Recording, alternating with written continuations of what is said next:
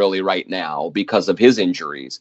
And, the nature of the running back position is pretty cold and calculating in terms of what NFL front offices do with that, because it's easy for the tread to wear off the tire quickly on those guys. And so there's a churn at that position that is, even aggressive by the NFL standards. And so what will the Vikings do in terms of, do they splash the pot and try and give Dalvin all the money and hope that he does stay healthy over the next 3 or 4 years of that contract? Or do they say, well, we have Alexander Mattison and maybe we look at some other options as well and let someone else pay this guy a ton of money because we need guys who can stay on the field? It's going to be, I think, a difficult decision for them.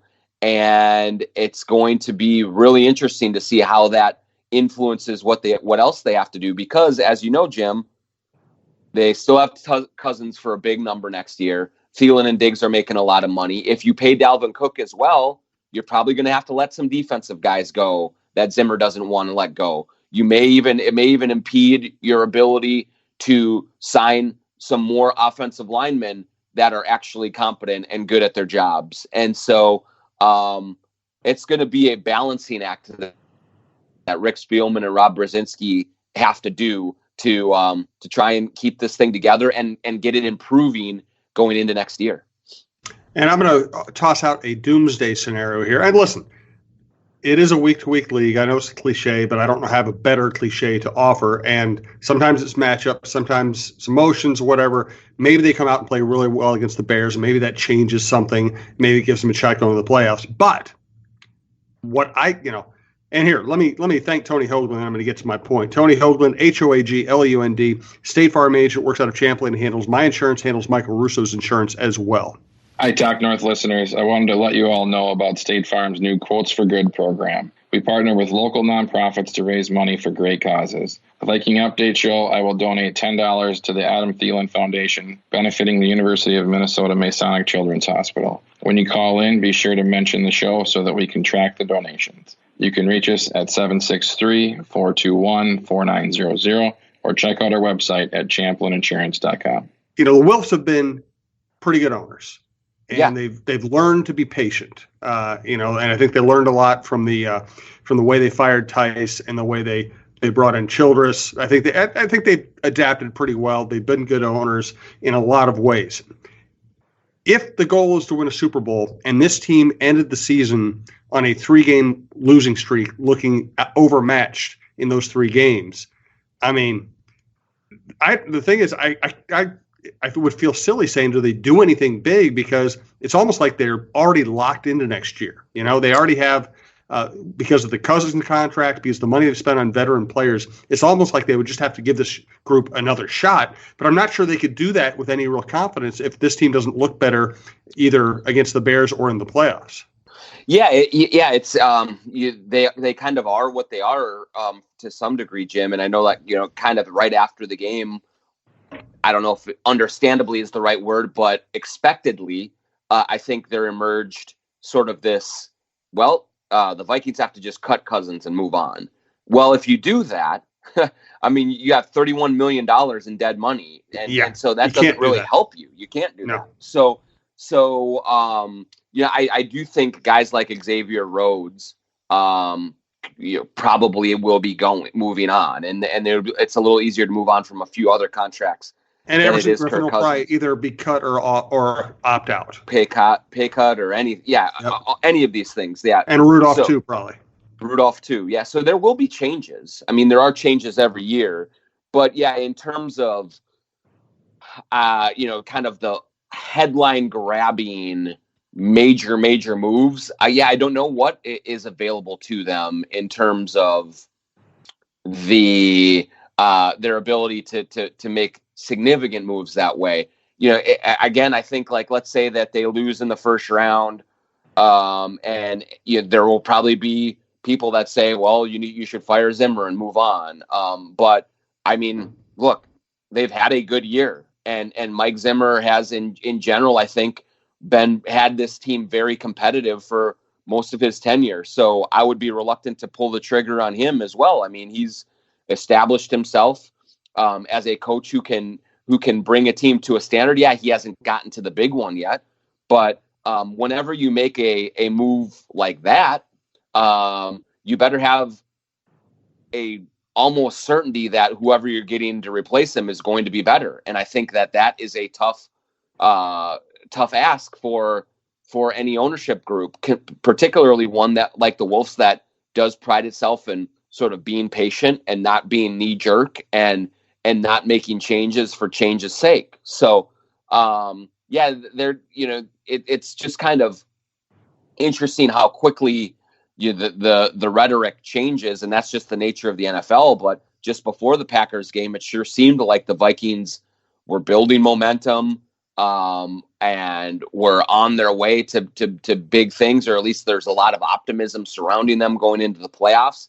And it just did take one game to really expose all of the doubts, all of the questions that this team has had really for the last couple of seasons, but I think are as applicable right now as they ever have been. Let's wrap up the show with a little discussion about Adam Thielen. And once again, thank you to Twill. Thanks to Tony Hoaglund. Please follow us on Twitter at TalkNorthPod. He was invisible on Monday night, and they did give it to him on like kind of that weird fake reverse play where they ended up giving to him. But I mean, he dropped one pass, and he did not have many targets. Are you sensing that he is trying to play with an injury and he just isn't himself, or what do you think's going on there? Well, I think he's still working his way back. It sure seems that way. He is not quite the dynamic route runner that he was before he was hurt, and that's understandable. He missed a ton of time. So when you look at this week coming up, I mean, there's not really much reason to play many of your key guys, other than if you want to try and get a little bit of a rhythm going into the playoffs after the stinker that you put up in the Packer game. But I think you could make an argument that Thielen should play to continue to try to knock that rust off. I think part of the problem on Monday night was they had so few plays in general, just because they couldn't sustain a drive, that there weren't that many opportunities going Thielen's way. I think he had 4 passes thrown his way and 0 catches. The one play that was a drop, Cousins did put it right on him. It was a really good throw. Then Thielen got tangled up with the defensive back and was falling to the ground. It would have been a very difficult catch, but it's one that we are used to seeing Thielen make in his career. And so that one did not connect. But I do think that he's still working through things. He's still getting back into the swing of things a little bit. And I don't know. They obviously, I think they need him back much closer to what he was going into these playoffs, Jim, because what do you think you're going to get from Dalvin Cook? I mean, he's going to get a couple of weeks off, but I don't know if he's going to be fully healthy or back to what he was again before the injury by that time.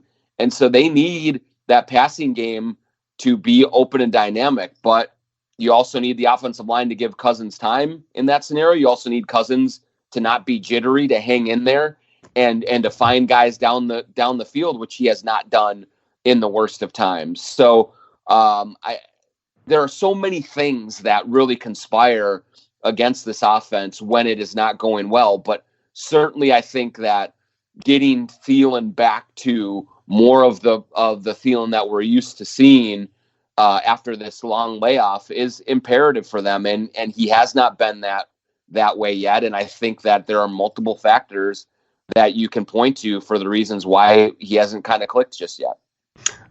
Because this has been a rather tough podcast where we have pointed out so many flaws, let's find a little bit of hope for the hopeful fan.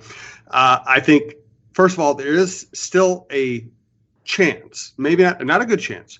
There is a chance the Vikings could play Seattle in the first round. And while that usually sounds like a death sentence because the Vikings never play well at Seattle and Seattle has a tremendous home field advantage, Seattle is incredibly beat up. They sign in running backs off the street. They don't have, they have their receivers haven't played well lately. Their offensive line isn't very good. Their defense hasn't been all that good all season. They would, given the injuries, that wouldn't be a terrible matchup for the Vikings. And I guess the only other hopeful thing I can offer is that the Saints have not been quite as dominant at home this year as they have been in other years. And that's about all I got. Yeah, look, here's what I got in that regard. Yeah, I do think that Seattle would be a little bit better matchup for them than the Saints, and they'd have a better chance. But I'll go back to what probably no one really wants to hear, but is the absolute truth, is that in this era of the NFL, of parity, of that, there are no juggernauts anymore. I especially if you're playing on opening weekend and you don't have the bye in the first round, any team can be beaten. And I absolutely think that that there's a scenario that plays out where, whether it is New Orleans or Seattle or wherever, that the Vikings come in and maybe Dalvin Cook is back healthy enough and they just get the right things going early and they're able to ride that wave all the way through to a victory. They have not deserved any faith that way, but I would not rule that out at all, and I wouldn't be shocked if it happened, just because the NFL by nature is very unpredictable. I mean, if you want to go history lesson on it, we can go back to 1987, where the Vikings were stumbling into the playoffs, not playing well at all, going to New Orleans to play a heavily favored Saints team, and Anthony Carter went wild, and the Vikings just hammered the Saints. And then they beat the freaking 49ers in San Francisco the next week to go to the NFC title game and almost beat a Redskins team that annihilated the Broncos in the Super Bowl. So, yes, that was ages and ages ago, but those kinds of things happen in the NFL. I can't remember if it was 5 or 6 years ago where the Seahawks got into the playoffs on, and they were like basically the NFC East team where, well, what are they doing here? And how dare they deserve a home game? They're playing, I believe it was the Saints. They were playing in the opening round. Oh, they're going to just get stomped. And they just totally crushed and won that game. This thing happens in the NFL all the time. And so if you are a Vikings fan who is understandably frustrated and feeling down about the chances that your team has, I say just lean on the nature of the league itself for being unpredictable, and also for having teams that are on fairly level ground throughout from top to bottom in this league. If they were playing Lamar Jackson, I would not feel great about it. Even if they're playing New England, and I would not feel great about it. But most of these other teams have plenty of flaws, and things can get going the wrong way if you get a big play early, and you can surprise a team. So it did not look good on Monday night, and it did not look like this team is capable of beating a good team, at least offensively. But I think the defense is playing a lot better, and over the last 3 to 4 weeks, and this is the NFL, baby. So anything can happen, and I don't think that the Vikings fans would be fools for going in to New Orleans or Seattle or wherever with at least a little bit of hope that something could happen that goes in their favor. And to cap the show, these Saints did lose at home to Atlanta on November 10th, 26-9. They also lost at home to San Francisco in a shootout, 48-46.